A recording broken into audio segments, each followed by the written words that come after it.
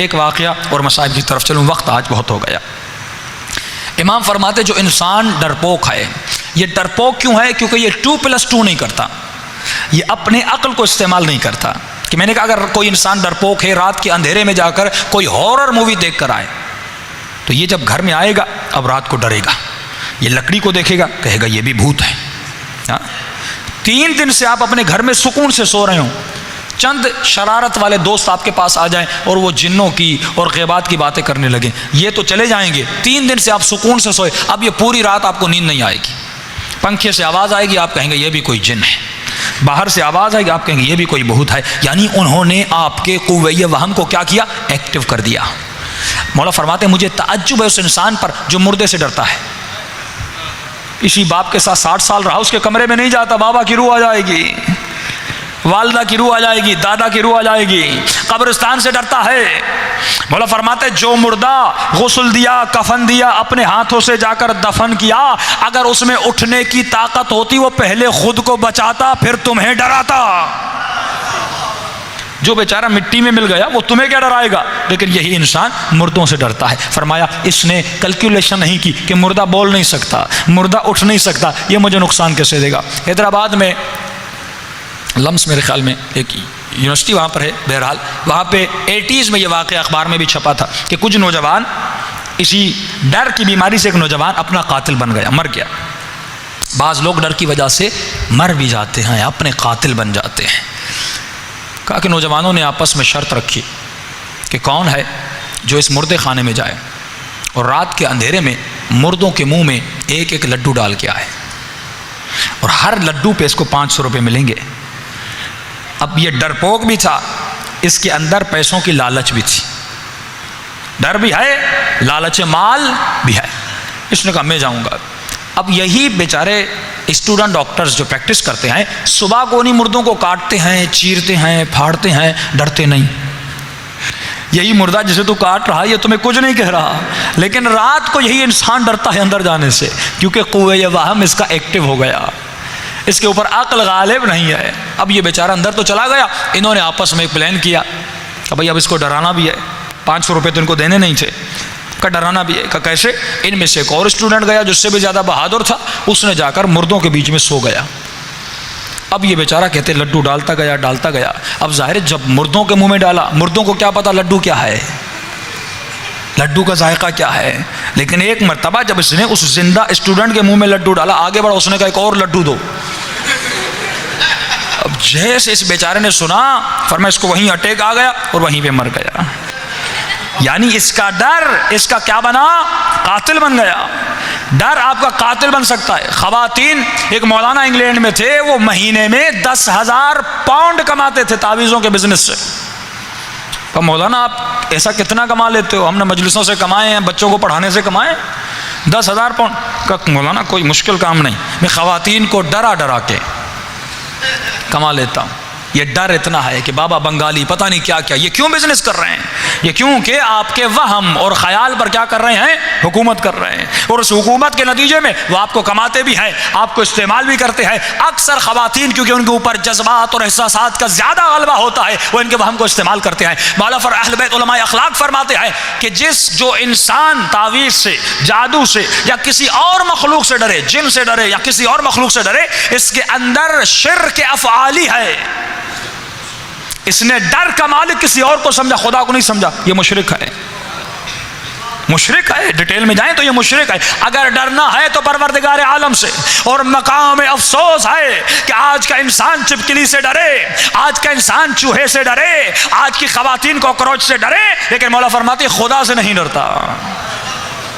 بدحجاب ہو کر گھومتی ہے، خدا سے نہیں ڈرتی، چپکلی سے ڈرتی ہے۔ اب روایت سنیے معصوم کی، فرمایا جو انسان دنیا میں خدا سے نہ ڈرا لیکن اللہ کی مخلوق سے ڈرا، انہی حیوانات سے ڈرا، فرمایا قیامت کے دن اسی حیوان میں اٹھائی جائے گی، اسی کی شکل میں بلند کیا جائے گا۔ نہ ڈرو۔ اب آپ کہیں کہ مولانا جادو میں کیسے اثر نہیں؟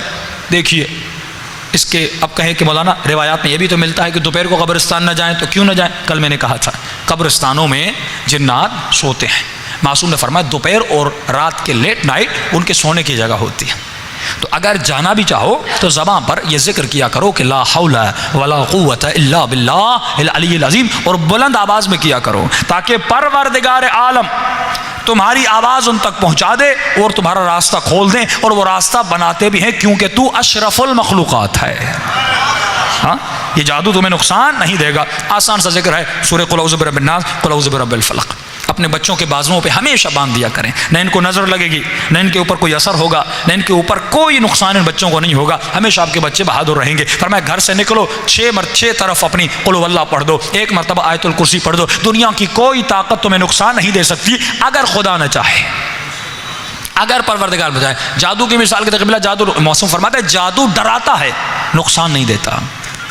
جادو ڈراتا ہے، نقصان آپ کو بالکل نہیں دیتا۔ آپ کہیں گے کیسے؟ قرآن سے دلیل دیتا ہوا چلوں۔ حضرت موسیٰ کے لیے فرمان ہے کہ حضرت موسیٰ علیہ السلام جب ان جادوگروں کے مقابلے میں گئے تو ان جادوگروں نے رسیاں پھینکی، وہ سانپوں میں بدل گئے۔ حضرت موسیٰ نے عصا پھینکی، ایک بہت بڑا اژدہا بن گیا۔ اس اژدہا نے ان سانپوں کو کھا لیا۔ ایک مرتبہ تمام تر جادوگر موسیٰ کے قدموں میں گر گئے اور کہنے لگے آمنا برب موسیٰ و رب ہارون، ہم رب موسیٰ پر ایمان لے آئے، رب ہارون پر ایمان لے آئے۔ ایک مرتبہ فرعون غصے میں آ گیا کہ بھائی تم نے بھی سانپ بنائے، موسیٰ نے بھی سانپ بنایا، فرق کتنا تھا؟ اس کا سانپ بڑا تھا، تمہارے سانپ چھوٹے تھے، سجدہ کرنے کی کیا ضرورت تھی؟ انہوں نے کہا فرعون ہم جادوگر ہیں، ہمیں پتہ ہے کہ جادو کیا ہے اور معجزہ کیا ہے۔ فرمایا ہمارا جادو ڈرا سکتا ہے، کھا نہیں سکتا۔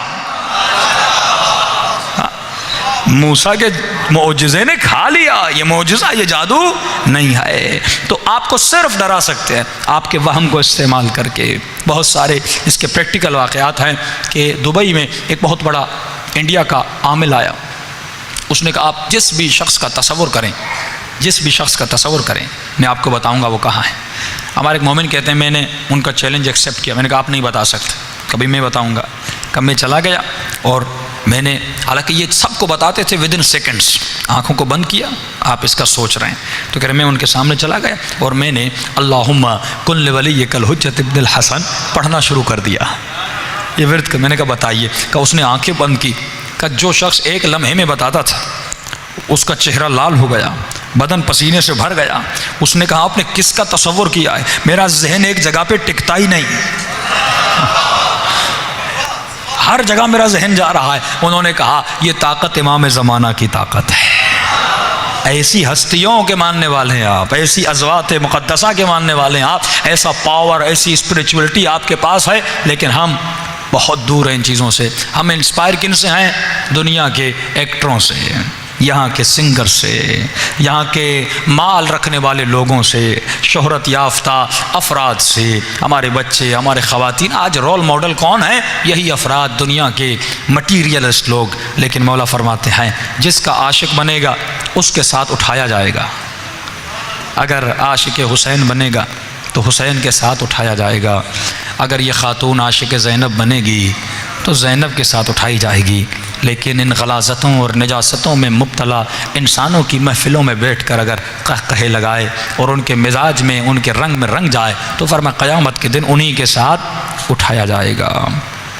کہ یوم ندعو کل اناس بامامہم، قیامت کے دن ہر کسی کو اپنے آقا امام کے ساتھ بلوایا جائے گا۔ تو آپ کہیں گے قبلہ میں گنہگار ہوں لیکن میرا امام علی ہے۔ امام کہتے ہیں رہنما کو، پیش امام، امام جمعہ، امام جماعت، امام خمینی، امام علی۔ امام کا مطلب ہے جسے آپ اپنا رہنما سمجھیں۔ رہنما وہ ہوتا ہے جو راہ دکھاتا ہے، جو راستہ دکھاتا ہے۔ دنیا میں جس کے راستے پر چلے اسی کے ساتھ اٹھائے جاؤ گے۔ تو زندگی کا لمحہ لمحہ لائف اسٹائل، کردار علی کے قدم بقدم ہونا چاہیے۔ کہ سلمان نے کہا جہاں جہاں علی کے قدم وہاں وہاں سلمان کا سر ہے۔